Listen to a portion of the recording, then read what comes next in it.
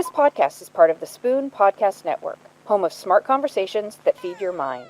Hello and welcome to Food Truths. I'm your host, Eric Schulze, and today we have a very special episode with two returning guests, CEO of Daily Harvest, Ricky Silver, and food journalist and author of Technically Food, Larissa Zimberoff. Today, we're going to do part one in a series on organics, primarily on sort of the naming, the why it exists and where it could be and like from when it started, what is it now? Today also marks an interesting point in the show's history as we're beginning to do multi-episode arcs over very complex topics. I do want you to focus primarily on the arguments that are laid out, and hopefully, like myself, who learned a lot today and had several of my preconceptions about where the organic industry dispelled pretty convincingly, I think, as well. Hopefully you'll see the same as well. The next episode, we'll dig into the science of organic foods as compared to other conventionally produced foods, as well as their reception internationally. But I hope you enjoy today's episode, part one on organics with my guests, Ricky Silver, CEO of Daily Harvest, and food journalist, Larissa Zimberoff. Ricky Silver and Larissa Zimberoff, thank you so much for being on Food Truths again and this special episode to discuss organics, all things organics. I'm so excited to do this. This is a long time coming. Thank you again for both being here. Thanks for having me. Yeah, thanks for having us. So let's jump right in. I think I like to always start with conventions, definitions, what have you. So the term organic's been around for a long time. It has a very specific scientific meaning, which I will argue does not apply here. It has a specific meaning, I think, in the food space. How would you both describe where maybe this term arose from versus what it has become, or maybe does mean today, and maybe has its definition or convention shifted or drifted over time? And it's okay if it hasn't. Ricky, let's start with you. Sure. So, from a food and agricultural perspective, I think the most sort of common way consumers interact with the word organic is in its sort of labeling differentiation of the food they purchase.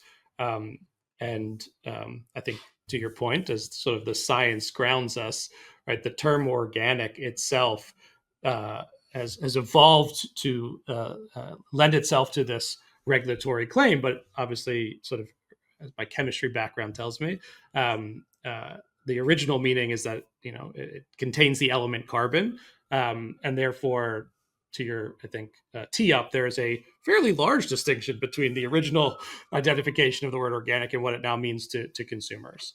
I think it's interesting from a consumer standpoint when you think about the food and agricultural world, where maybe not as well known, but it's really the only government-backed marketing claim that exists within our food system from a labeling perspective, right? So when you see that certification or that seal, it's meant to mean something very distinct.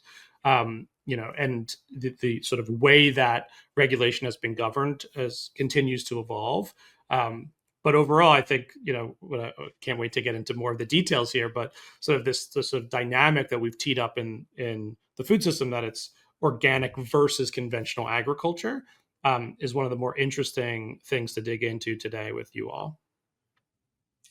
Larissa, do you agree with that? Certainly that it has evolved since its launch, first in the 40s as we, magazines and people, kind of growing organic gardening and farming. It grew into becoming eventually, not till 2002, a government-backed term, which, is it marketing or are there standards? And I think there are both to the category. And it's one of the only things that I think people right now at least feel somewhat confident that they know what it is, which is that, the soil is important, the no pesticides, no fertilizers. People know the basics of organic. And I think they're all clear on the basics. I think right now is it important is kind of one of the biggest things we're sort of grappling with right now. And, you wouldn't find that many consumers who solely bought 100% organic. And I think that is one of the complexities to the topic. But we can, I think, talk about later the different categories of food that are out there that are competing for our attention. And on that note, there's so many farmers that most consumers may not realize that also grow with multiple practices, right? So I think it also, from a consumer lens, often the consumer might think that it's that bifurcated, but most farmers are growing organically and conventionally. Agree. Yeah. So the organic movement, if you will, it seems like it sort of emerged in the U.S. in the 1940s as a response to a growing industrialization of agriculture. We were, between world wars at that point. Or no, sorry, we were just into World War II, and then and in their words, we needed to feed a nation. So this idea of committing to a quote holistic natural farming practice, I think that in itself also is a point to unpack and understand more. Is that first off, is that still a part of sort of the organic sort of mantra and practice or methodology, in your opinion, or if you have evidence? And if so, I'm curious as to like how you would define that, and if not, of course, obviously, what is the alternative? Maybe Larissa, let's start with you on that. I was like, please Go don't start ahead. with this. No, you went a little over my head. Yeah, I'm sorry. I can't answer Like, that because I was, yeah. let me say it differently. So when it was started, it was literally defined as holistic natural farming practices. I guess the question I have is it still that, or some version of it, or is it something different? Again, this was a different way of asking maybe the first question. Okay. Yeah. So I think, like you said, when it started, it was really like a small grassroots program that slowly added people to it and really had um, a very like active group of people backing it, right? And it's how the supermarket Whole Foods started. It's how Ear One started, right? We really had just really active, committed people to the movement of organic, and then it eventually shifted into being a government-backed program in 2002, and to now, when people most often when they talk to me about organic, it's with some trepidation or uncertainty as to what it actually means or whether it does anything for us. So I think it started with this like really committed group of people, that might be akin to like vegans, right? They're really committed and they wholeheartedly back something to how it changed over time and to today when people don't feel a whole entire trust in the system and what they're buying. And if it costs more money, why would they buy it?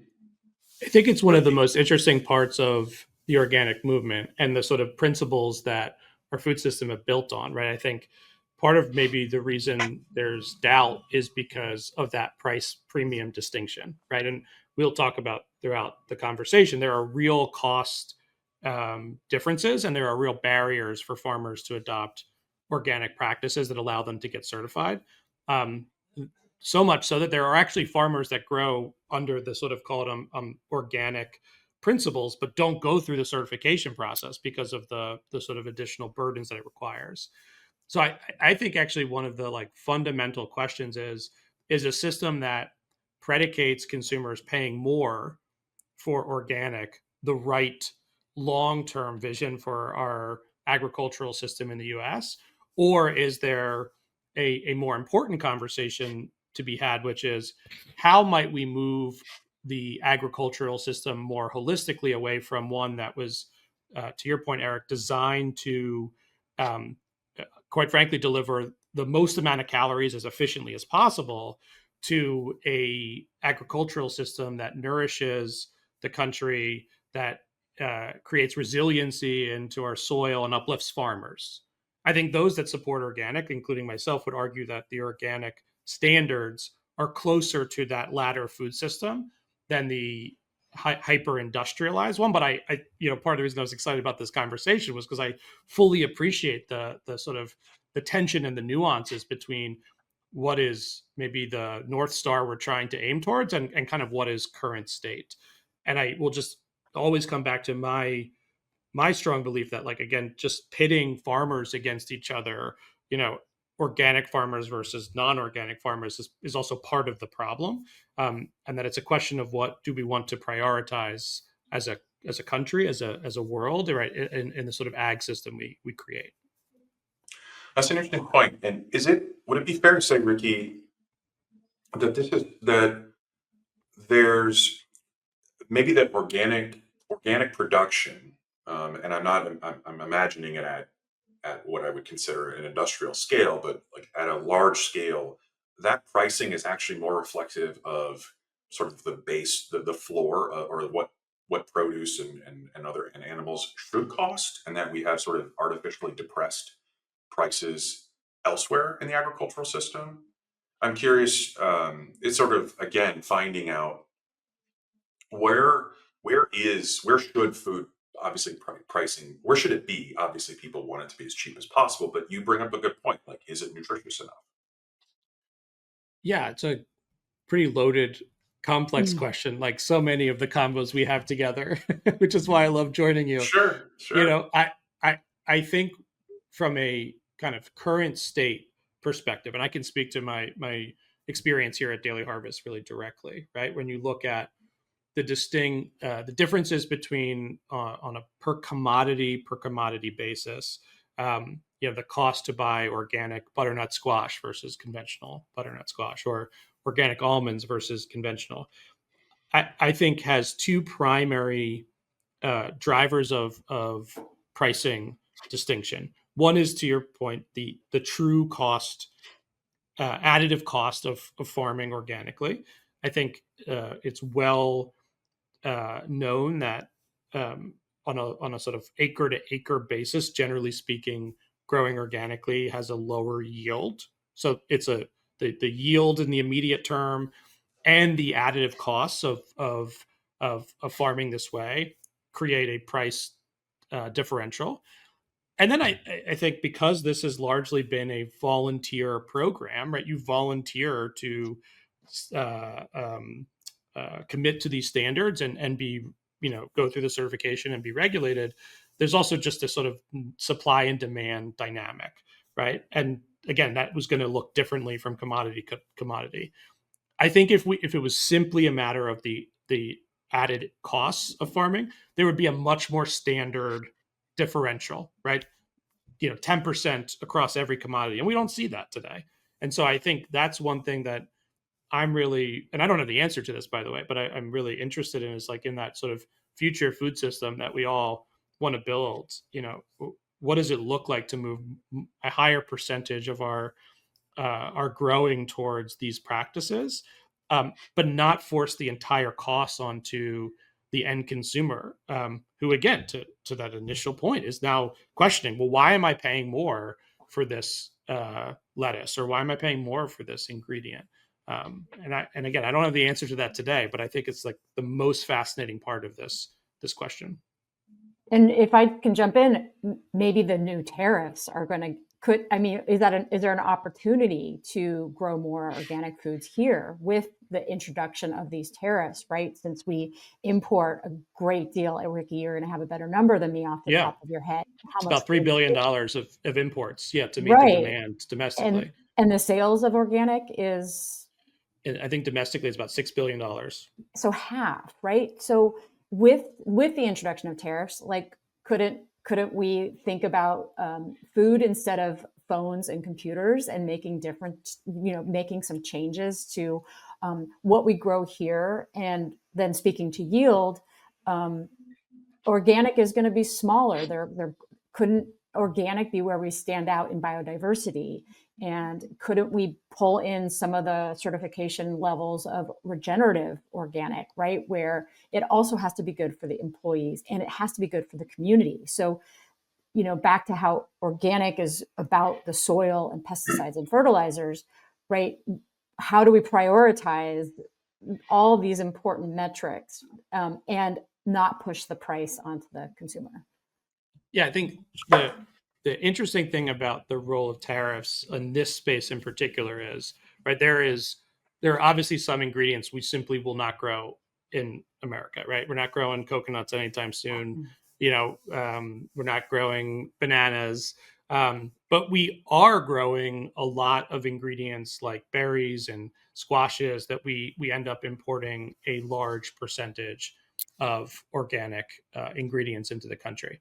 I would argue, and I actually have in a piece that just got published over the weekend, that the sort of tariffs alone are not going to drive greater adoption of organic growing or shifting in the use of pesticides. That we as a country need to decide: are we going to support farmers? Are we going to again put all of the kind of cost burden and risk burden onto the farming community, is more or less what we do today, or are we going to find ways to accelerate adoption and take on some of that burden?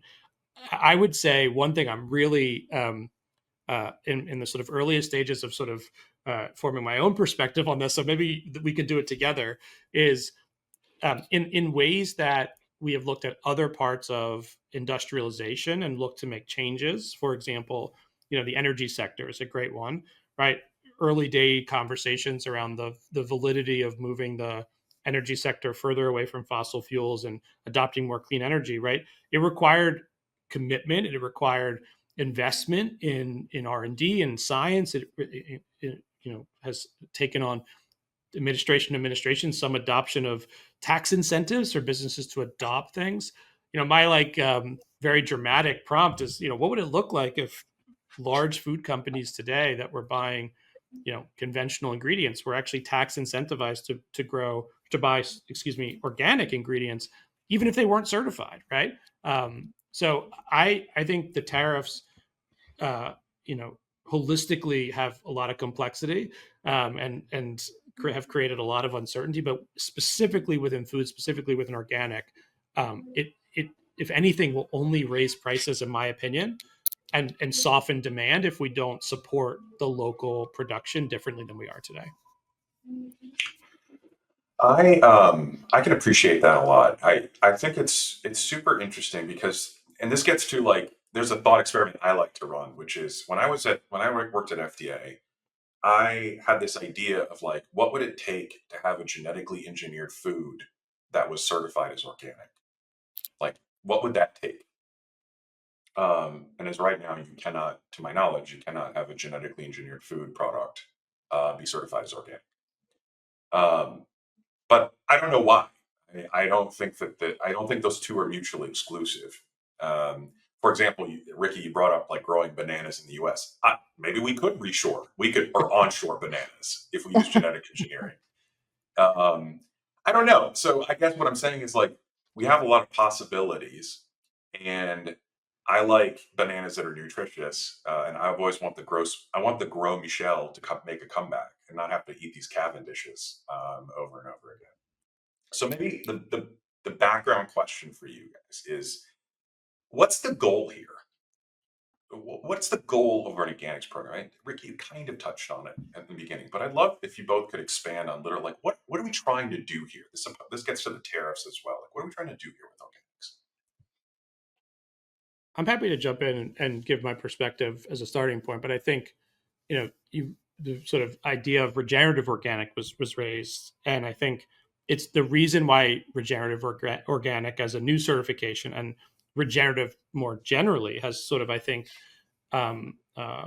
sort of opened up a new conversation around what is it we're solving for, Eric, right? Like, what's the goal? Is because I think maybe as much as, again, I'm a staunch advocate of organic, where the movement has not done a great job is making the case beyond maybe the free from synthetic chemical pesticides argument. And so where regenerative has sort of taken, consumers' minds is, what are we doing in service of the soil? What are we doing in service of the animal welfare in our agricultural system? What are we doing in service of the farmers? And trying to build a much more holistic approach. Again, to uplift the quality of the food we're growing and consuming, and quite frankly, making farming a more resilient career, because in its current state, it's probably one of the riskiest things you can do. I'm like always blown away by the financial and quite frankly, just general uncertainty that farmers take on every year with like the grace of just incredible grace that they take on, let me say. So again, going back to the goal, I think there was a real, origin dynamic of the organic movement around growing food in a way that was going to create healthier soil, healthier food in general, and ultimately, represented a more natural way to feed the country, to feed the world. I challenge us to say, again, rather than pitting organic versus conventional like we have, both in terms of who grows the food, how they grow it, and then what the prices are in the market, like what if we define 2 or 3 core principles of what we want our agricultural system to look like? My guess is one of those would be a drastic reduction in synthetic chemical pesticides, because of the exposure that we know the farming community has from deploying it, from the impact it has for local communities, and yeah, even though there are scientific studies that show sort of the residual impact of those pesticides is still limited in conventional food. Like I think we should be able to get to an objective agreement that we should use less. We should be less reliant on. So that's one example to me that if we were thinking about an outcomes based approach, I think we would see that organic plays still a pretty critical role, but maybe there would be a greater openness to evolving the conversation beyond what we know of today as the restrictions. I don't have a very strong answer on your GMO point. I think also what GMO has meant has evolved over the years, right? Candidly, I mean, as a scientist, like there's sort of a growing evolution of what genetic modification looks like, how you do it, the approach it takes, and that often lags consumer confidence and understanding. So anyway, maybe it's a little bit of a long-winded answer, but I do think getting to an outcomes-based objective would allow us to make smarter decisions than I think what we're doing today. Quick follow-up before I jump over to you, Larissa. Ricky, point of clarification on when you on the synthetic pesticide issue, are you arguing for less, like reducing the number of categories, the functional like types of synthetic pesticides, the amounts that are used, or both, or something else? I'm curious what you specifically meant. Primarily, I'm advocating for an evolution away from approaches that do have a negative impact on soil health, human health, and other. I think there's, again, as a scientist, I can acknowledge that there is it is too easy to say this bad, this good in this world, right? There's a lot more complexity to it. And so, but I think where we need to move the conversation as a country is what are the practices that, when deployed, have some or a material amount of negative impact on soil health or human health, and how do we move ourselves away from those things over time and not expect for that movement to be all overnight. Or again, I keep you going back to the energy sector. I think is a good example. If you said 20 years ago we'd have as much adoption of green energy as we do today, I think you probably wouldn't have imagined it, but we got there because we said we needed to. Or we're far from where we need to be clear. But so anyway, that's prices and infrastructure have fallen on clean energy, which is very. I mean, that's sort of my cause to care, which is like, if I can make organic the pricing parity, I'm buying it every day, right? And that's just what's stopping me. But yeah, so Larissa, like, well, but before we too far down that road, I want to make sure I get Larissa's viewpoint. Yeah, please do. What's the goal? What's the goal? I mean, you've been hearing this, you've been listening to this. You interview so many people about this topic. Mm-hmm. What are you hearing versus like what do you believe? People are confused. They don't think that organic has the meaning that people believed that it had back in the day. It even came up recently in a car with my boyfriend, and he said, well, what about the farmer's market? How do I know who's organic? And I said, it almost doesn't matter, like, to me, right? If I'm going to the farmer's market, then I'm supporting my local economy. Generally, only some of the farmers are going to go through the certification process, which Ricky brought up. And you can talk to the farmer, and it's money going into their pocket. So it's like, I really like Ricky's idea of, like, let's come up with some metrics, some outcome objective goals where we can have, like, what's it doing for the soil? This many, bugs in the soil. What's it doing for my body? And although, again, Eric, I know you want to get into this, which is the science behind whether organic is better for us. And then what it's doing for the farmers, what it's doing for communities.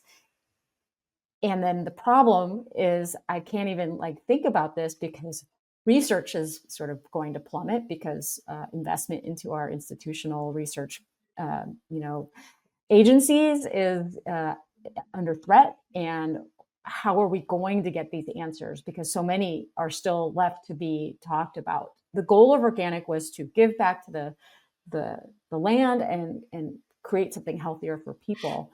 And to Ricky's point, the farmers bear the brunt of this, of deciding to do this, or consumers bear the brunt of spending more money, which means there's an access and equity problem to organic, which is also, like, a conundrum of how do we deal with it. Cheap food, whether or not we create cheap food, like, everything has to be cheap. Eric, you used to work at a synthetic meat company, cultured meat, lab-based meat, any name you want. Cultured meat is the preferred, and their goal is to be cheap, right? How can we expect different foods to be cheap, or organic foods to be so cheap that it's on par with conventional? So that was never the goal. The goal there wasn't a financial number placed on organic, like, it's going to be premium, right? And conventional is not premium. It wasn't any of that. It was the soil, it was fertilizers, it was our health. And so how do we get back to that? And how do we make it important to the consumer and to the government? And one thing on that note, I think, I want to name it because I'm feeling something that's like, we often use the organic versus conventional framing to, in some ways, address what is really a access to whole fruits, vegetables, dairy, meat, etc., and processed food. And so I think, like, some of what we need to tease out a little bit in this conversation is, to your point, Larissa, like, going to the farmer's market and grabbing, that luxury of being able to grab, whole fruits and vegetables that you see, you can talk to the person that grew it. Like, I mean, it would be, really silly to make the argument, right, that is somehow bad because it's not organic certified. And yet, and I might get myself in trouble here, but I happen to exist at one of the largest CPG food and beverage companies in a world when we released organic Gatorade for a brief period of time. Like, sorry, but, like, definitively that was not the goal of organic, was to get to the, organic Gatorade. Now, I said it what I said earlier, but wouldn't it be incredible if the largest purchasers of domestically grown commodities were incentivized to buy, objectively better grown commodities? Well, let's just take a pause for one. Put Yeah. a pin in what you're going to say there, because I wanted to bring up General Mills, because General Mills got behind Kernza, which is a perennial grain, and they started planting it, and they were going to make a cereal out of it and more. And as far as I can tell, the cereal is only purchased on Amazon, and it's like single boxes that are, rare finds, right? Maybe it's on eBay, and it's being used in beer, but General Mills, I cannot find what they're doing with it anymore. And it's a perennial grain that has a higher yield and doesn't have to be replanted every year and should be amazing, right? We can't even get behind this little powerful grain, right, that plant breeders spent decades working on. This is the problem. Agree. So Larissa, that brings up, and again, I'm not necessarily advocating for this point, but it's implied in the statement that, these are price premium products. Is health a premium product? I think that gets to this issue of, and I know the answer is no, but maybe let me say that what I'm hearing from you both is that organics is so much more than the food. It's the soil. It's the taking care of the farmers. It's the community. It's a much more systemic approach rather than sort of the reductionist sort of just calories that you can generate per acre of land. And I think that's, by the way, lost in most people's understanding of organics, including to a certain extent even me, who's worked in the food industry. So, but I want to tease out, Larissa, if you could, how do we then disentangle the potential social disenfranchisement from people who can't afford what could potentially be better for them foods in organics? Why, like, again, what's it going to take for folks to be able to enjoy wholesome, healthy foods? Well, one idea that I've often thought about is that it's like you pay what you can, right? So you go to the market and you have like levels of, you know, money that can be used to buy foods. I mean, that's just one idea, complicated and not easy. But then everyone can fairly pay, whatever their level is to buy what they want. You'd still need a ton of education to get them to buy things that aren't just convenient, ultra processed foods, which people now kind of understand isn't great for them, yet they still know they're buying it, right? Because it's convenient, it's cheap, and it's tasty. And organic foods, whole foods typically, don't have that kind of shiny package to get them out there. So one idea is, right, you pay what you can, and then somehow we find a way to market that kind of program. Another idea is that we find a way to get conventional organic to get closer together, right? So we incentivize, right? How do we get conventional farmers to also grow organic? And then, to Ricky's point of farmers growing both, like how can you slowly tilt it over to more organic versus conventional? How to enable people without the access or without the income to buy organic, without the education, without the abilities, they're not going to. I work at a food pantry every single Tuesday. I've worked there for 5 years. We only get maybe 1 or 2 organic items in our line of food each week. And, they don't know they don't care, right? They either want the bok choy or they don't want the bok choy. And if it's organic, it doesn't matter.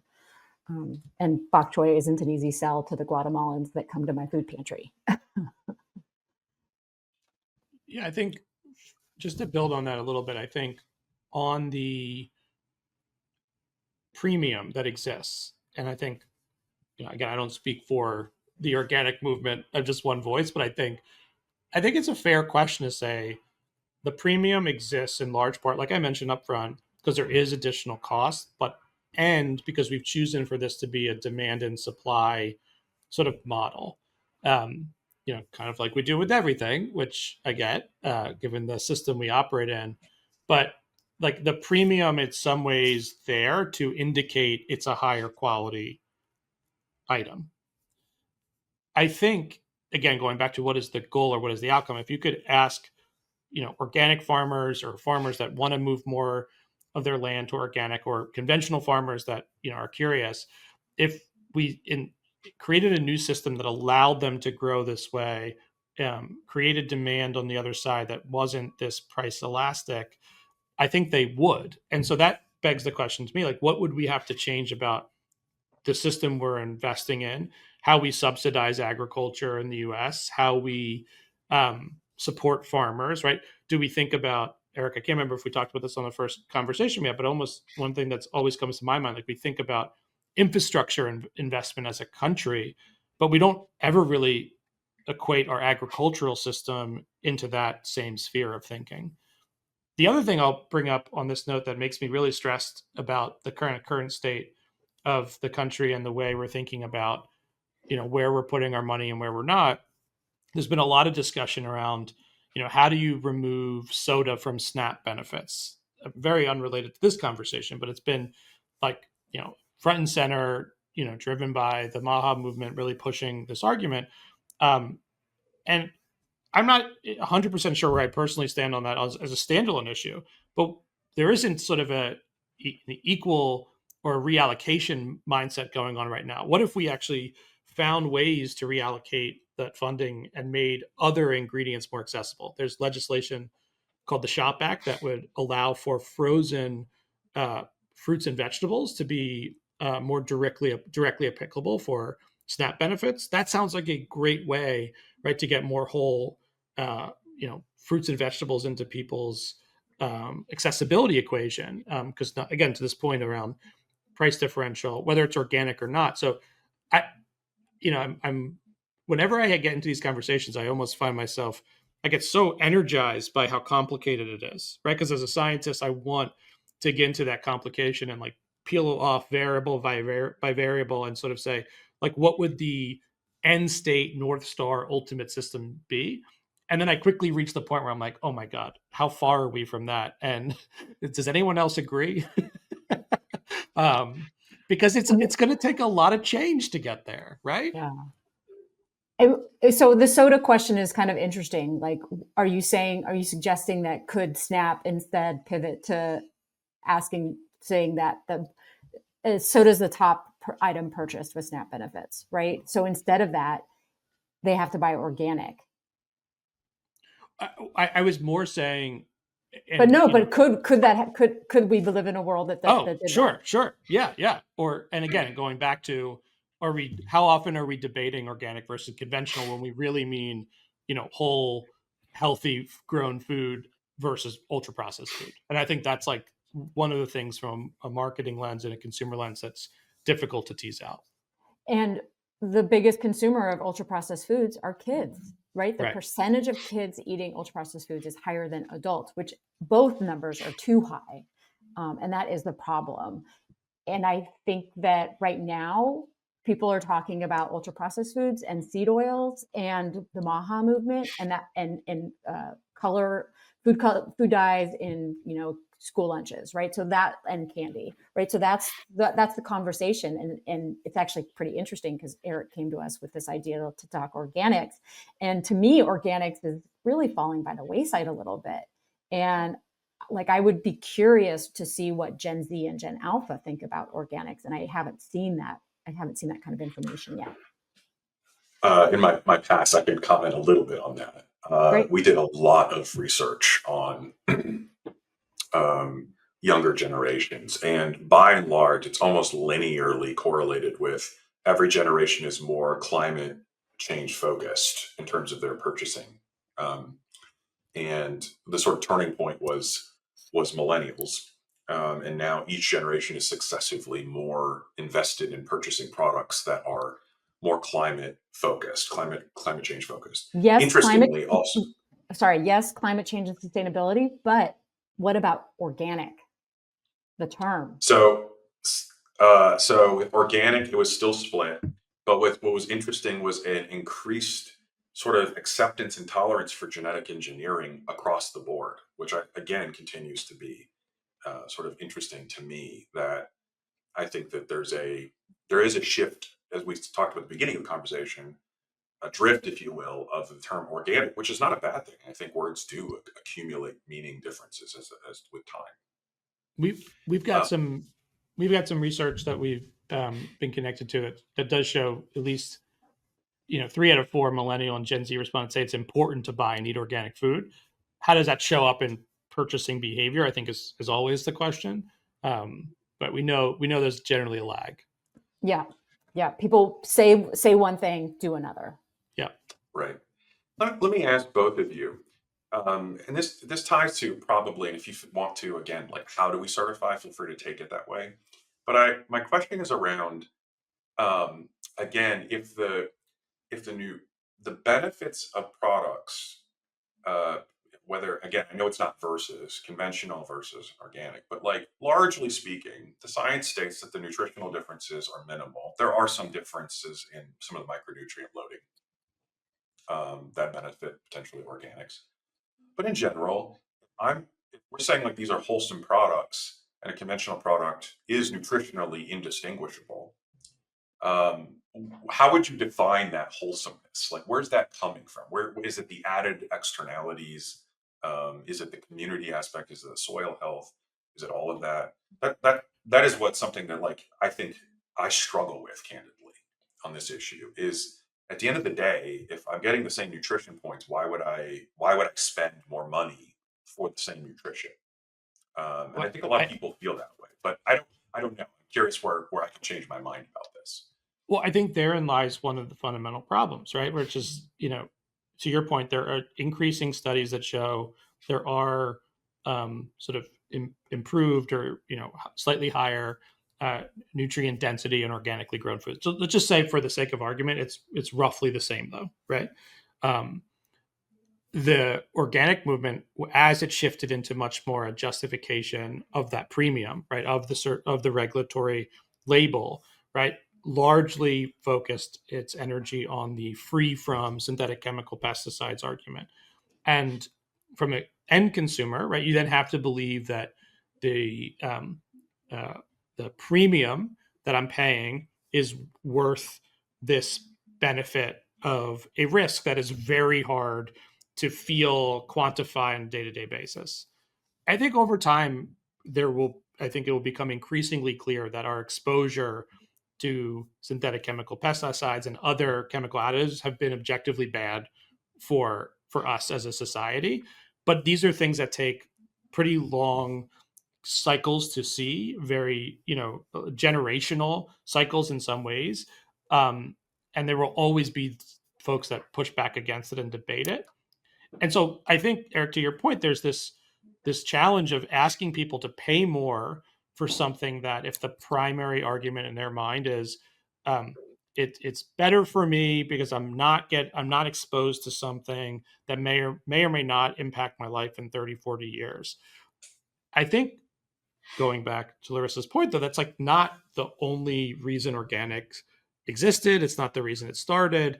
And there is a more holistic argument around sort of the sort of impact that growing organically has on society and soil, right, and on farmers. There's some really interesting stats that nearly 40% of organic farms make direct sales to consumers, compared to 5.5% nationwide, which means that they're spurring on more impact in their local community on average by like a meaningful amount, right? There is increasing evidence that growing with organic practices does have an impact on the health and resiliency of the soil, which makes it possible for those farmers to remain in business generationally, right, and to pass along their farming livelihoods to their the next generation. And so I think when you take into context that more holistic impact, you can start to tell the premium story more.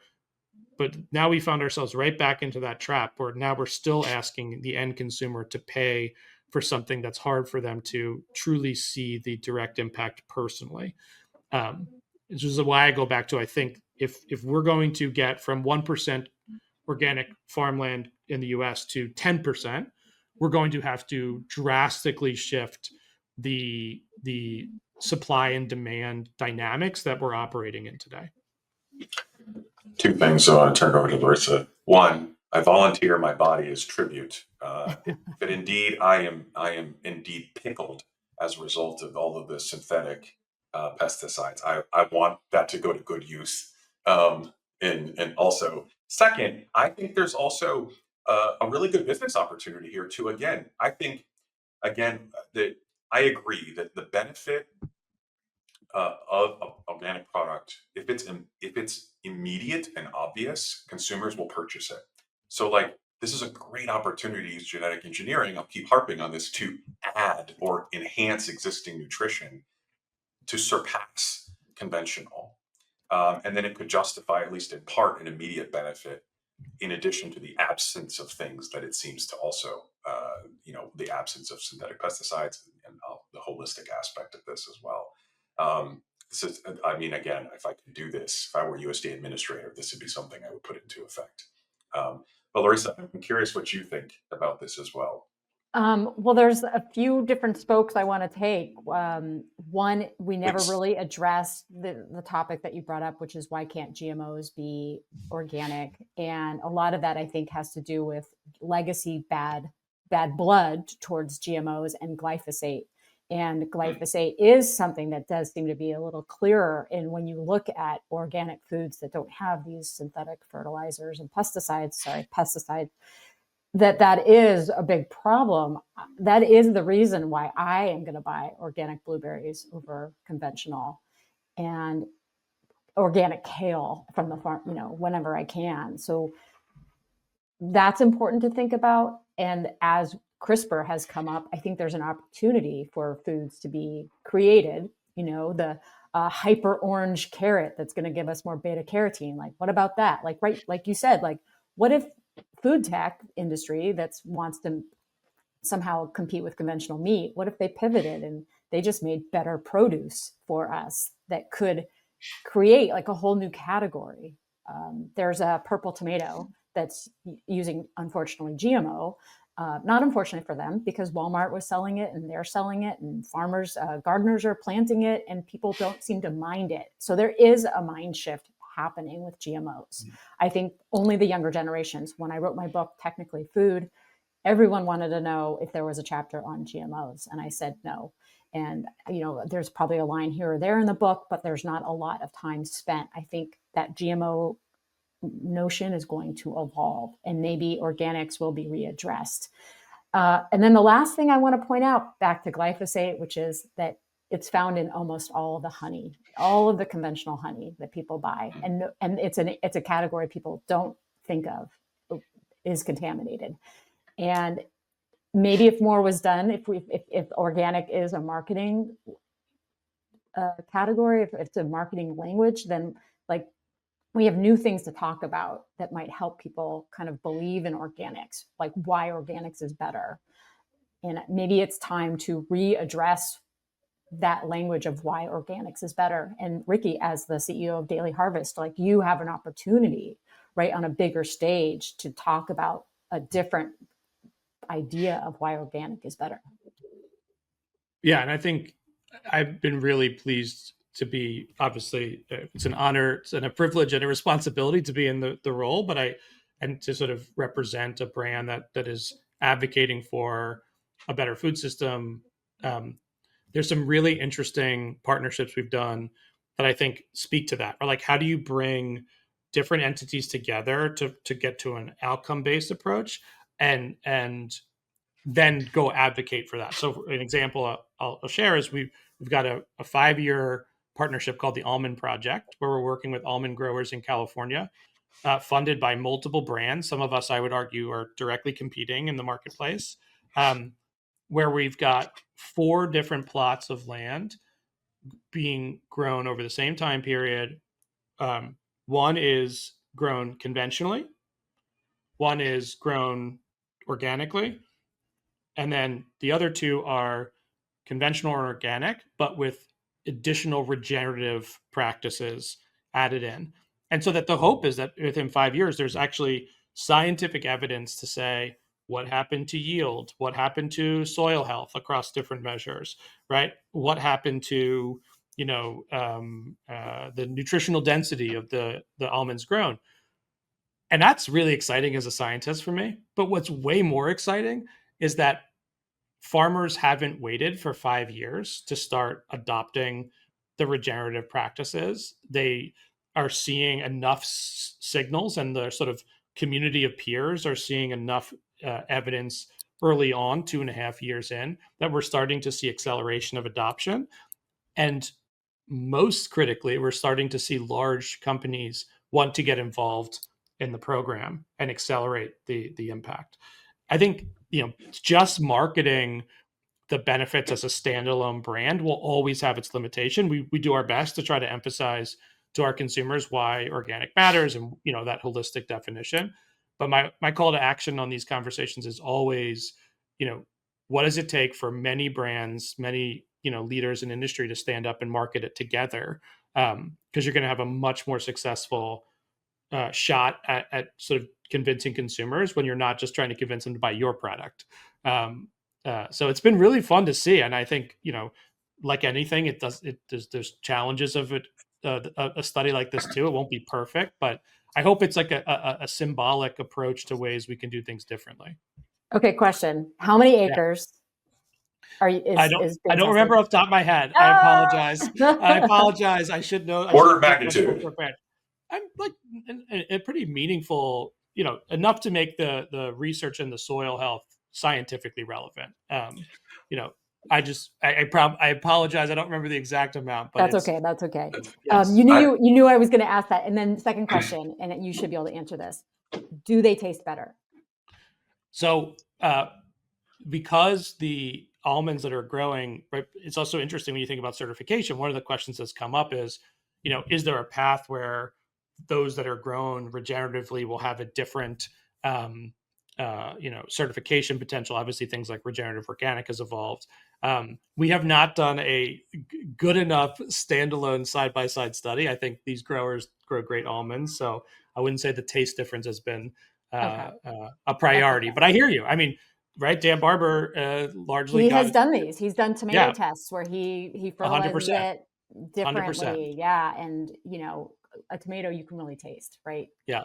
The funny thing about almonds is if you taste an almond, right, like anything, right, on after it's managed, processed, and handled, it's going to taste better than what you buy in the market anyway. So maybe I need to do a better double-blind study. Well, there's a recent guest. I had Pat Brown, founder of Impossible, on the show. And at the end, I was asking him sort of like, what are you up to? And it's, Ricky, it sounds a lot, it's similar actually to what you're doing. He is effectively bought a giant plot of land in Texas, if I'm not mistaken. And he's effectively trying to build what he calls, a theory of everything for an ecological system. He's like, he's also a scientist. He believes that you can link all of these multivariate systems together in a meaningful, predictive way so that you're not reliant upon single variables in an ecosystem to change. And I think, interestingly, I think there's a lot of overlap there, that there seems to be scientific interest in finally sort of, and I think this is a good thing, connecting the dots and sort of moving away from a reductionist approach to industrialized agriculture, which has arguably fed quite a few people. It's I think, a fantastic thing overall for the just sustaining so many people. But more importantly, moving to a systems approach scientifically, where you don't eliminate other variables necessarily. You try to find out how they connect to the larger system. So it sounds like that's at least partially what you're doing with these almonds, which I think is fantastic. Yeah, and I think the hard part is we want easy kind of blanket solutions, right? So I think as a society, that's sort of been our MO. And I think what's fascinating about agriculture, the more you get to know the system, every crop, every geography, every combination of such is probably going to have different requirements to take on that systems approach. And so I think there is a heightened increase in interest, and anything that adds more complexity, right, requires a longer term commitment, and sometimes deeper investment early on. And I think that's the other thing I talk about a lot with peers and colleagues and others that are trying to make similar cases here, which is like, it's hard to do this when you don't have sort of a longer term vision adopted by the government, right? And consistency, administration from administration. And I think, credit to some of the folks within the Make America Healthy Again movement that are trying to reorient the food and healthcare systems towards something different on a longer term basis, and are trying to make the case that this should be, not a partisan argument. Obviously, everything in our this day and age becomes a political a question of political sides, but I think that's what all of these experiments, all these changes really require is some commitment to a longer term overhaul to our systems. That being said, people have always found a way to, make advances and make an impact, even if they don't have that. But wouldn't that be wonderful if there was some shared vision that had, lasted decades instead of every 4 years, kind of waffling back and forth? Agreed. I also think that there's a strong impetus, and I think most people would agree. Like, how do we ensure our food is healthy? and wholesome Yeah. and affordable and available. I don't think any political disagreement over that, I can fully agree with you. Larissa, like, what has been your take on sort of maybe not the political alignment, but the policy thesis that you think we should have moving forward?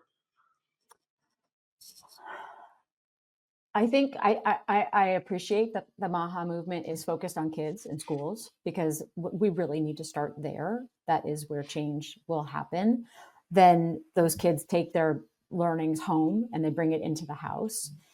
I can't change adults' ideas. I do my best as a writer, as a journalist, to elucidate what I see happening. I just read a terrifying study about chewing gum and microplastics in my body because of chewing gum. And so we have to get our schools healthier. We have to help kids learn. And as long as there's no reason that shouldn't last through different leadership I don't see that changing every 4 years, but I know that RFK wants to he wants to revisit the dietary guidelines, which could use revisiting. We do need a lot of help from the government to make changes to our health outcomes, our chronic conditions. We need big food to respond. If RFK is meeting with the big food CEOs, what are they talking about? And are they going to make change that will enable the country to be a healthier, thriving world? And it goes beyond organic produce and fruits and vegetables, because that isn't the only lever that we can push on to make us healthy. It's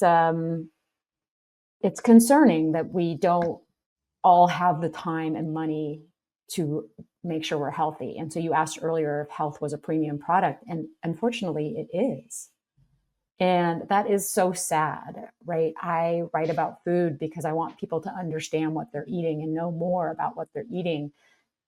And I can spend the time to think about this stuff, but I have the financial well-being that I can do that. And I don't know, that's a big problem. That we don't all have the time and finances to do that.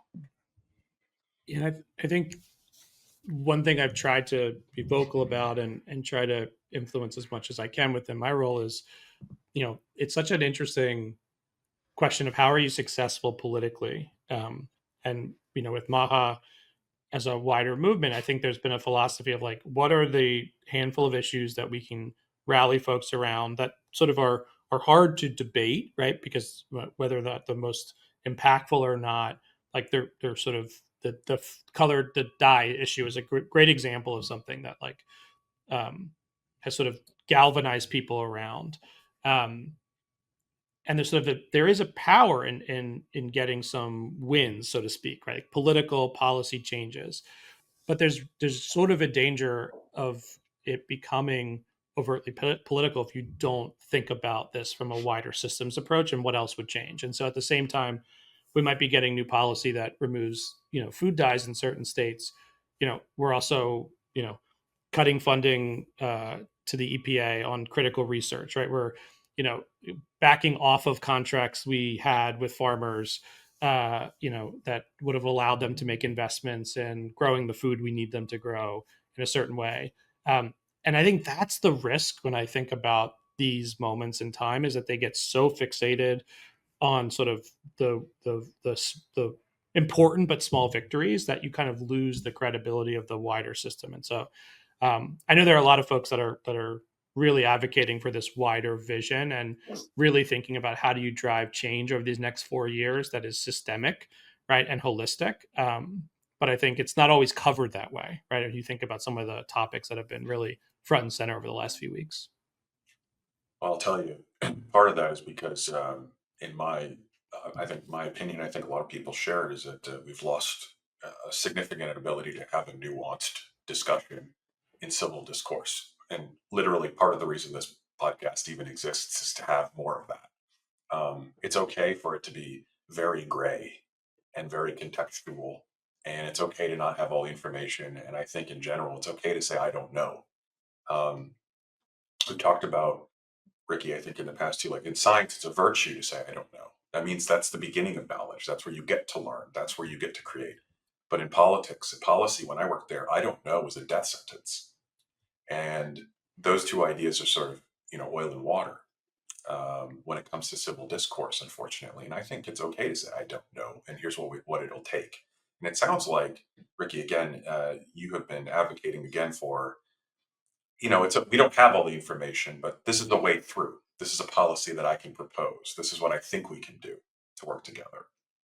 Um, and I think I agree that there should be more of that. I know, Larissa, you talk to people also that have sort of, I guess, visions of the future. You may yourself have one. It might even be your next book. I don't know if that's something you wanted to tease.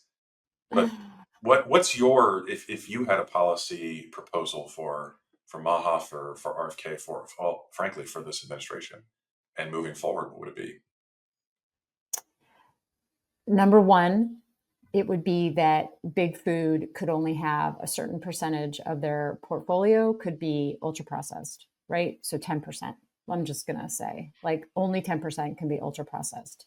That means they have to push the needle on the other 90% of their product assortment. And it has to help people thrive. We have to work on reducing our chronic conditions. And that's a number that we can quantify. We have it and we can see it go down. Like, let's make it go down, right? Maha should make that number go down. It's very catchy. They can use it. And then kids and education. I think school lunches, the FDA was already working on getting red dye out. So that was already sort of happening. So they're just sort of taking it and like running with it. Okay, great. For like fine. 20 years. Yeah, right. Right. How long? So like finding ways to make things happen faster so that we can actually see change. The NIH is going to have less funding. So we're going to have less studies telling us what's good and what's bad. So we're going to have to make decisions based on less information, not more information. So I don't know, finding ways where we can move a little faster and maybe stealing some tech startup moves and bringing that into ag. Maybe that's a way out. I'd love to just build and say one thing I'd really love to see happen is going back to that supply chain infrastructure conversation that we were having earlier. Some of what makes it hard for big food or small food, or early stage businesses to deliver healthier options is because the supply chain in this country is very built and designed to support shelf stable food. There are other countries that a much larger percentage of what people consume, in fact, are frozen. You walk the grocery store in France, and it's very common to be eating a large percentage of your vegetables, your fruits, et cetera, your meats even, right, in a frozen capacity. Like, what would it look like if, in addition to the policy choices we're making on, regulation of ultra processed foods and additives, if we decided that we were actually going to truly invest in infrastructure and supply chains that made it possible for more people to have access to whole, healthy, nourishing food. Like, I think the intersectionality between the supply chain and access is a really under discussed portion of this issue. It's often sort of framed as, what's it going to take for the big companies or food companies to reduce prices of these, more healthy options so they're more competitive with the ultra processed. And again, to me, that's a policy choice we can make as a country. We can actually choose to work alongside corporations to make access and sort of delivery of these healthier options more viable than it is today. Speaking of choices we get to make, I do want to touch on actually like the certification process, or in general, in a nutshell, like what does it take to be an organic, meat product, produce product, multi-ingredient product? What does it take to do that? Because I think most people don't realize it can be kind of complex depending on what you're putting together. But in general, Ricky, I don't know if you wanted to just start Yeah. with this. What does it take? I mean, you run a company that focuses on this, so I'm sure you probably know. Yeah. So take a giant step back to the farmers themselves. If you choose today, you want to grow organically on a plot of land that isn't currently, it's 3 years. It's a 3-year process to invest in the organic practices before you can get certified. So you're now growing for 3 years and with practices that are organic, but you're having to sell the product that you have produced into the conventional market for those 3 years. Once you complete the 3 years, you can then complete the certification process, which is a fairly rigorous, critically rigorous, but for particularly smaller farmers, onerous process to ensure that you can then market that product as organic to get the premium that you've just invested in. And then you take a brand like ours, who builds recipes off of a numerous set of ingredients. For us to then certify our end product organically, we have to be certified. We have to prove we have the controls in place to track the organic supply through the system and maintain its integrity. And oh, by the way, everything in that product has to be organic. So this is you've touched on a really interesting topic for me, because Daily Harvest has, where commodities allow, has actually done some direct transitional contracting. So we've said to a farmer, actually almonds was one of the first ones we said, we will pay you a premium during the 3-year period to the conventional price to help incentivize you to grow the product organically in that in-between period. During that same time period, as I'm directly contracting, those almonds are not organic certified yet. So therefore, my end product, let's say my smoothie that includes some almonds in it, may not be eligible for organic certification. It's a fascinating complexity that I think is both real, I fully support the need for rigorous, clear regulation. And we have actually had conversations with the USDA. It's like, how do we take our example and figure out a solution for that? Because it's a pretty critical way to adopt and incentivize more organic farming, and we're actually sort of penalizing the approach, if that makes sense. So hope that answered the question and sort of highlighted a bit of a dynamic that gets created. Where the short answer, though, if I started over, I just said it's complicated, would have been probably a more efficient answer. Let me ask. Go ahead, Larissa. Go ahead, Larissa. Well, my only thought there is that it's an opportunity for some really rich storytelling. And I'm not saying pitch the story to journalists like me, although sure, maybe it's good. But you have a really wonderful opportunity to message like a product that's half organic, right? And you're you could have some fun there, right? The way for food service and for CPG to make change is by messaging. And if we started this conversation saying that organic was a marketing term, this is your marketing moment to say that you're doing something. Yeah. There's so much to this. Actually, let me ask it the inverse of this. Is there certification for conventional? Are you aware, either of you? I mean, in total seriousness, to what degree does someone have to abide by, requirements for the products that would sell conventionally? Is it? I assume it's orders of magnitude lower, or not that organic has more hoops to jump through. But I don't know. Maybe I'm wrong about that. I mean, other than naming, which what they're calling something, I don't know. I'm not aware of anything. The only thing there are certainly things that have been deemed, illegal to use, right? Or, components that have been regulated out of the system for inputs, I think irrespective. But it's a great question. I should know this, but I don't know does anyone auditing the compliance to conventional agriculture is a fascinating question, Eric, and I don't know the answer. I do. I mean, obviously, a lot of the same processing requirements and compliance is in effect, and labeling.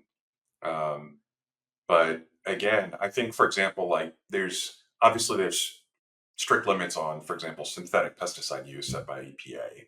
So, I mean, there are requirements. I I just don't think, for example, like you mentioned, I think on the front end, like you just decide you're going to grow food and you can do that. But with organics, you have to go through this process of almost like uh, gates to be This is this allowed. is this is the most, if I can add one more thing to this conversation Sure. that I think is totally underappreciated, and I was totally underappreciated by me for years until got deeper into our supply chain and listened to farmers. It's also not binary or linear, and so we have I'll never forget the conversation I had with some Montana farmers who were growing lentils, and they were acknowledging that the thing that if they were like, we could use your help in one thing, it would be advocating for more funding for research on pest mitigation solutions that they knew they were going to have issues with years from now.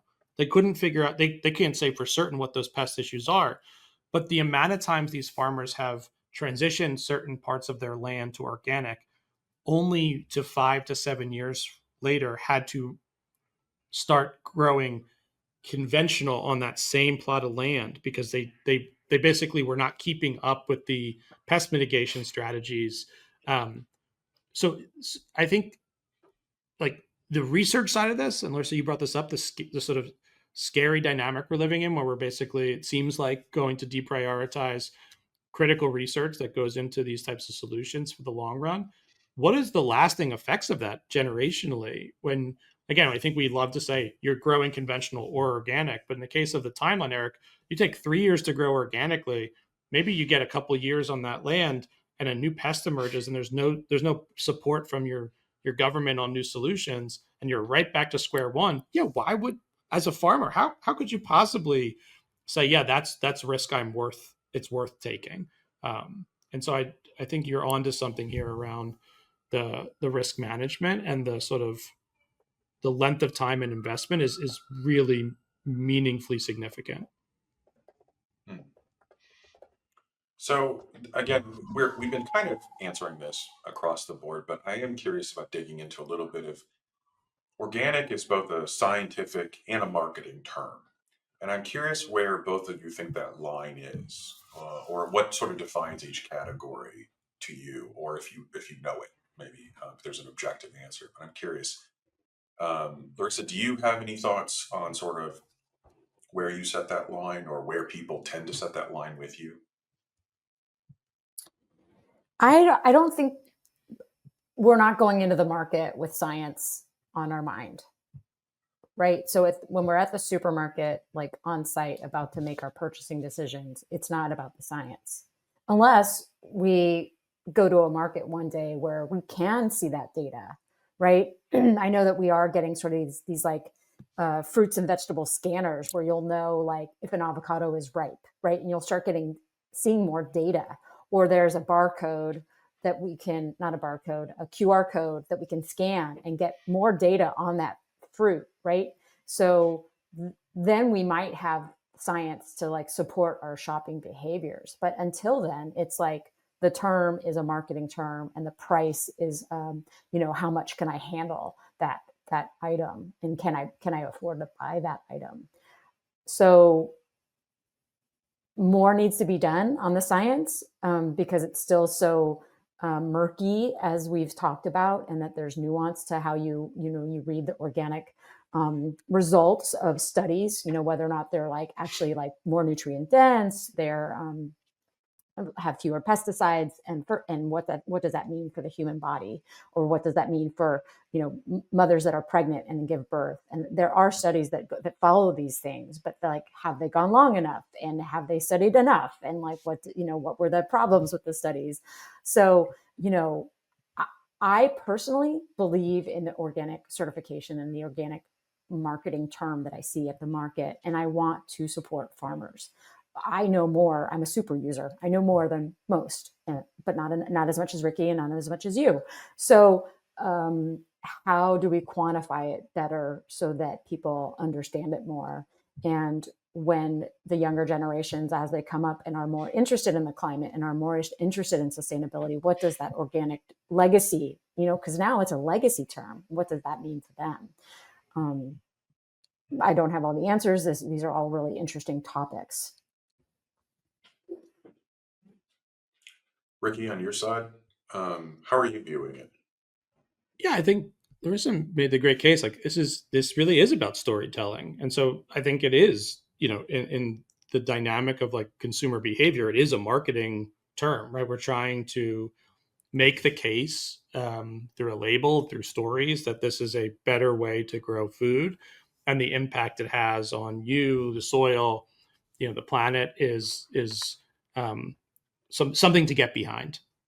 The thing I continue to go back to on a personal level is that I don't think we'll ever move the needle sufficiently enough if we solely rely on this being demand generating, a demand generated outcome, um, by convincing individual consumers. And I know that sounds silly because I lead a company that sells and markets organic food primarily, right? But my call to action always, and I don't have the solution, is like how do we take on a more holistic view of a different North Star for the food system? Again, one that gets away from the most efficient delivery of calories, and one that delivers more nourishment to the end consumers and more resiliency to the soil and farmers. Um, and my guess is organic is going to play a big role in that. But I'm entering that space with a really open mind because I think that's more important than simply getting from 1% to 1.5% of our land grown organically. And I think that's sort of what we're reliant on today, is these traditional supply and demand dynamics that is just never going to accelerate us to a different approach fast enough, in my opinion. I agree. I, And yeah, organic, like the numbers aren't continuing to climb with as great a trajectory as we might hope. So it's clear that it's not working to be consumer cited. I do think, Ricky, to your point, and I know you're actively promoting policy ideas, which I think is always necessary. And if you're listening and you have policy ideas, propose them to your representatives in your government. One thing is also involving the Office of Science and Technology Policy in the White House, which is the sort of chief science arm of the US government. And I think historically they've kind of stayed away from food and nutrition because they felt that was more the auspice of USDA, EPA, and FDA, and the Surgeon General. Um, but I actually think that should be part of it. They've recently released their report on the emerging bioeconomy, bioproduction. And I think food fits very nicely within that, and nutrition. And I think it just needs to be a national issue, and treated as such, from not just from USDA, but also, or not just FDA, or sorry, the Department of Human Health Services, but also from the White House as well, and making it a lasting issue. And of course, congressional involvement doesn't hurt usually in these issues. Um, One thing, we haven't really gotten into the science. This is part one. This was sort of what is organics, what like, and I imagine this as being a multi-part series because it is so complicated and interesting. Um, so I guess to end this portion of the programming from both of you, I'd be curious as to where do we go from here, just from a again just the overarching uh, purpose of the program, the goal of organics, and sort of what the term that's evolved over time. Where do you see us going? Where should we go? And I think you both have made very good case for the sort of combined future. But I'm curious, how are you seeing this, Ricky? Maybe let's start with you. So I would really love to see um, a so the intersection between the food system and the healthcare system um, come into greater clarity, and for, as you said in your words, I think it was really thoughtful, like nutrition to be an anchor priority for the country. Um, Today we have oversight, regulation, funding spread out across lots of different agencies, um, and we have largely kept food and health sort of as two separate sort of factors that we evaluate. Um, I would love to see something come out of the latest sort of acceleration of conversation here. Maha, gets a lot of credit for this. Just a North Star for nutrition in the food system moving forward. I think my strong perspective is that will have to include investment in supporting farmers adopting practices that are better for the resiliency of the soil, their own livelihoods, and the nutritional quality of the food that they present. I strongly believe that should include a commitment to reduce our reliance on synthetic chemical pesticides. And I strongly believe we should be investing in infrastructure that makes access to whole fruits and vegetables, dairy, and meat more accessible than it is today. That's my wish list. I think that is the only thing that, it's worth creating an ambitious North Star because it means we have a lot of work to do versus tackling sort of small shifts and changing. But if I could advocate for one thing and one thing only that is relatively small in the grand scheme of things, it would be for us to properly invest and fund the top program here in the US, which is a funding mechanism to help farmers make the transition to organic. That 3-year period, while they are not receiving a premium on their product, is just too large of a barrier for too many. And I think that is, one very tangible thing that we could be doing as a country while we work to argue our way through what that sort of bigger change in the system looks like. Larissa? I really like that last one and would love to see that number change. So maybe what I can do is start tracking that number, how many farmers are transitioning percentage, and see what happens next year and in the next couple of years. I think with the increased attention on schools, if we're talking about purely organic here in this call, then let's promote more organic foods to children, and let's get those programs funded so that it's going to return money to farmers, and it's going to get organic foods to children. The problem I see there is the USDA just had programs cut, getting food from farmers to both food pantries and to schools. So I'm not sure how this plays out, but it's still my wish list would be that kids understand what organic means, and they're learning that education piece is so important. It's not a marketing message when they're learning about it from an educational standpoint, right? There's a farmer, there's, several people can be coming through the schools talking about what it is they're eating. We have such a huge percentage of people on GLP-1s.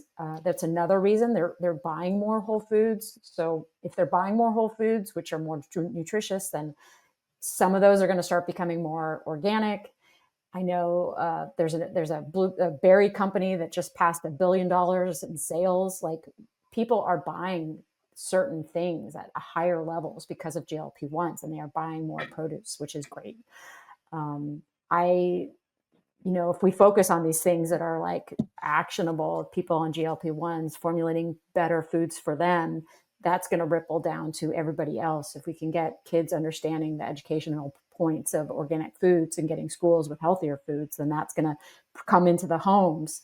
I haven't addressed accessibility because it's still always my problem point. And I go back to my idea earlier, which is that people can pay what they can, and we figure out a way to offer that kind of support so that when they walk into the supermarket, they can buy organic fruits and vegetables in a way that they couldn't before, or frozen, which I love that idea. So yeah, let's make frozen food great again. Professional scientist Ricky Silver is the CEO of Daily Harvest. You can read all of his policy prescriptions online. And Ricky, where's the latest op-ed published? Just got published in The Hill this weekend. Wonderful. We'll link to that in the show notes. And Larissa Zimberoff, noted food journalist and author of the book Technically Food. And also, we can find you at Substack, right? Correct. I have a Substack called Technically Food. I'm on Instagram at Technically Food. I'm always trying strange things and reporting out what I think. We will link to all of that in the show notes. I want to thank you all for listening to our extended episode today on part 1 of organics. We're going to dig into this more. Join us for part 2 to talk more about the science and accessibility of these products and where we can go further. I want to thank you again for listening to Food Truths, where we do not shy away from nuance and civil discourse around the food system. So thank you again for listening, and we'll see you again on the next episode.